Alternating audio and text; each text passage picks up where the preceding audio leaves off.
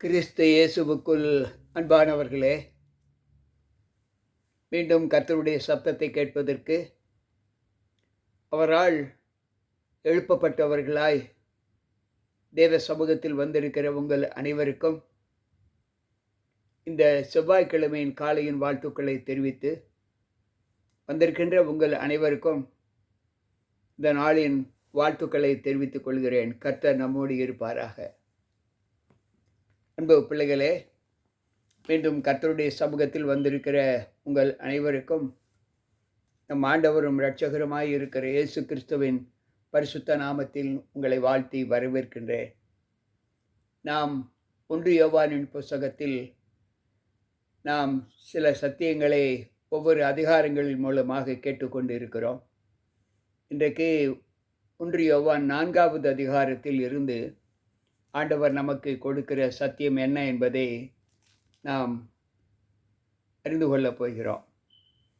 இந்த 1 யோவானின் புத்தகத்தில் 4வது அதிகாரத்தில் மொத்தம் 21 வசனங்கள் உள்ளது. அதில் ஆண்டவர் நமக்கு இந்த வசனத்தோடு துவக்குகிறார். பிரியமானவர்களே, உலகத்தில் அநேக கள்ள தீர்க்கதரிசிகள் உண்டு. இந்த லோகத்தில் நீங்கள் எல்லா ஆவிகளையும் நம்பாமல், நீங்கள் நம்புகிற ஆவிகள் தேவனால் உண்டாயிருக்கிறதோ என்று சோதித்து பாருங்கள். தேவ ஆவியை நீங்கள் எதனால் அறியலாம் என்றால், மாமிசத்தில் வந்த இயேசு கிறிஸ்துவை அறிக்கை பண்ணுகிற எந்த ஆவியும் தேவனால் உண்டாயிருக்கிறது. மாமிசத்தில் வந்த இயேசு கிறிஸ்துவை அறிக்கை பண்ணாத எந்த ஆவியும் தேவனால் உண்டானவைகள் அல்ல. அவைகள் அந்தி கிறிஸ்து வருமென்று நீங்கள் கேள்விப்பட்டிருக்கிற அந்தி கிறிஸ்துவின் ஆவியாய் இருக்கிறது. இப்போதோ அந்த அந்தி கிறிஸ்துகள், அநேக அந்தி கிறிஸ்துகள் நம்ம உலகத்தில் இருக்கிறார்கள் என்று அங்கு வேதம் சொல்லுகிறது. மாமிசத்தில் வந்த இயேசு கிறிஸ்துவை அறிக்கை பண்ணுகிற எந்த ஆவியும், இன்றைக்கு இயேசு கிறிஸ்துவை தெய்வம் இல்லை என்று சொல்லுகிற பிள்ளைகளும் இருக்கிறார்கள். அப்படி என்றால் அவர்களுக்கு என்ன பெயர் என்றால், அவர்கள் அந்தி கிறிஸ்து, அவர்கள் கள்ள கிறிஸ்தவர்கள், கள்ள தீர்க்கதரிசிகள் என்று ஆண்டவர் சொல்லுகிறார். ஏனென்றால்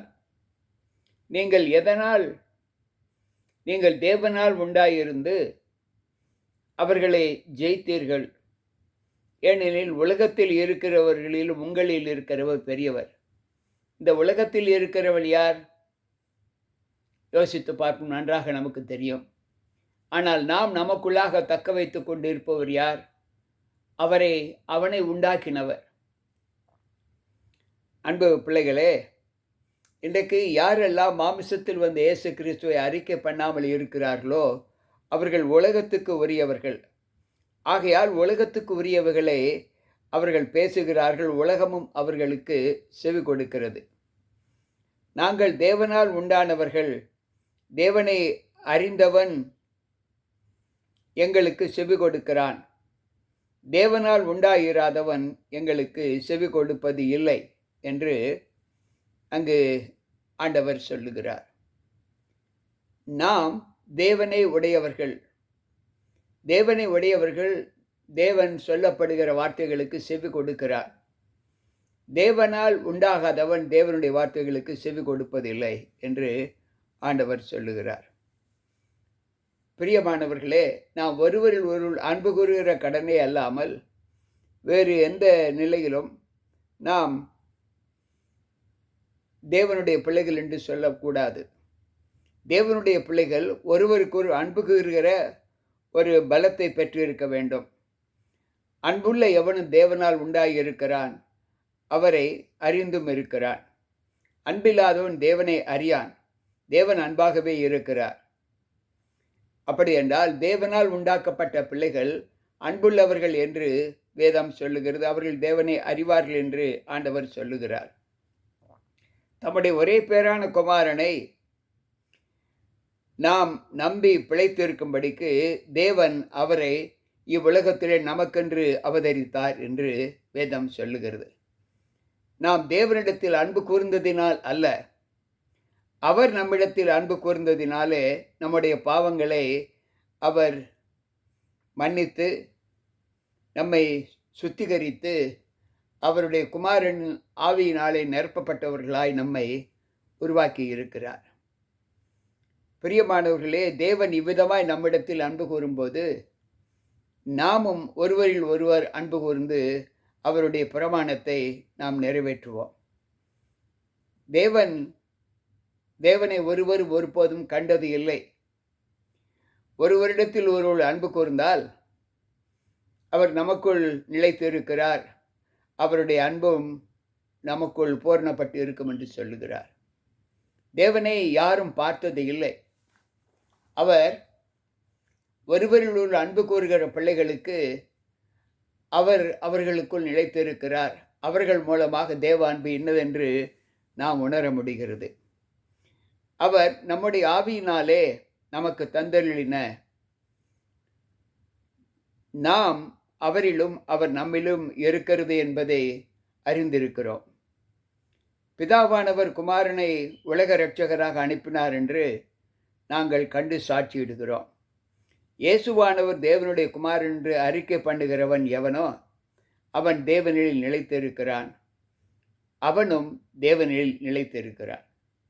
தேவனுடைய குமாரனை அறிக்கை பண்ணுகிறவன் எவனோ, யார் தேவனுடைய குமாரன்? இயேசு கிறிஸ்து. இயேசு கிறிஸ்துவை அறிக்கை பண்ணுகிறவன் எவனோ அவன் தேவனில் நிலைத்திருக்கிறான், அவரும் அவர்களுக்குள் நிலைத்திருக்கிறார். இன்றைக்கு தேவனை, இயேசுவானவர் தேவன்தான், தேவனுடைய குமாரன் கிறிஸ்து அவர்தான் இரட்சகர் என்று அறிக்கை பண்ணாதவர்கள் ஏற்கனவே நாம் படித்தோம், அந்தி கிறிஸ்துவை ஆவி உடையவர்கள் என்று சொல்லப்பட்டிருக்கிறது.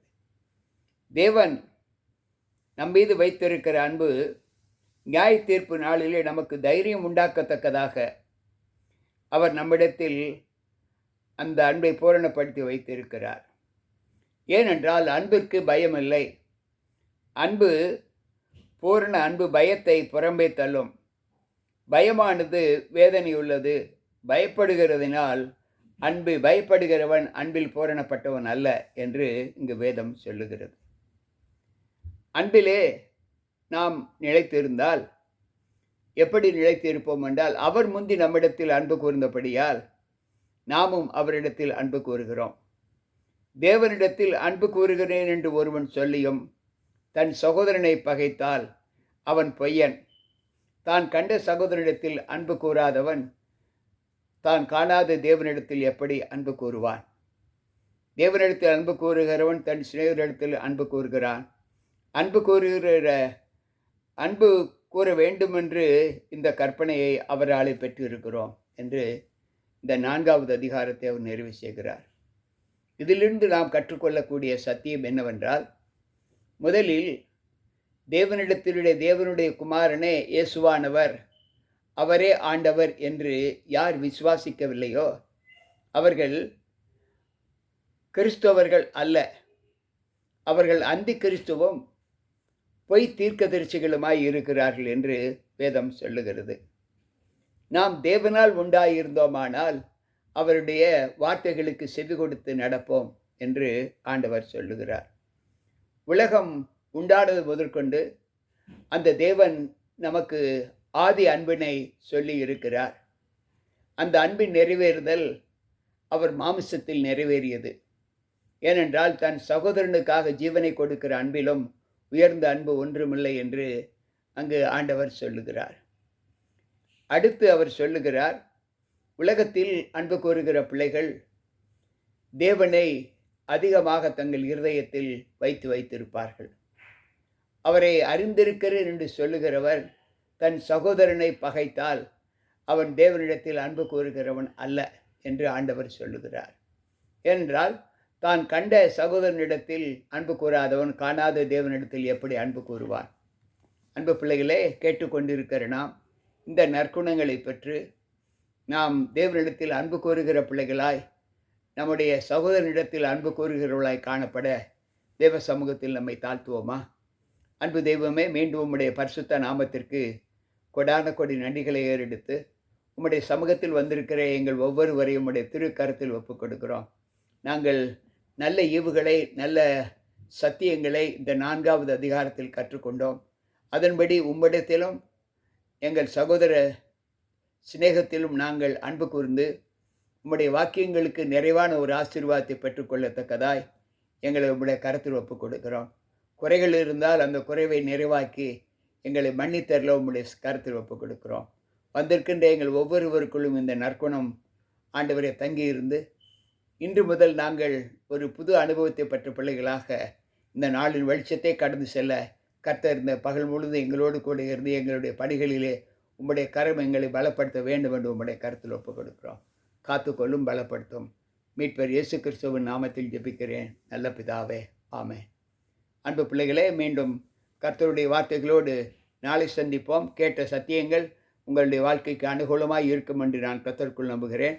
உங்கள் போதகர் ஜி.கே. ராபர்ட். கர்த்தர் நம்மோடு இருப்பாராக. ஆமென்.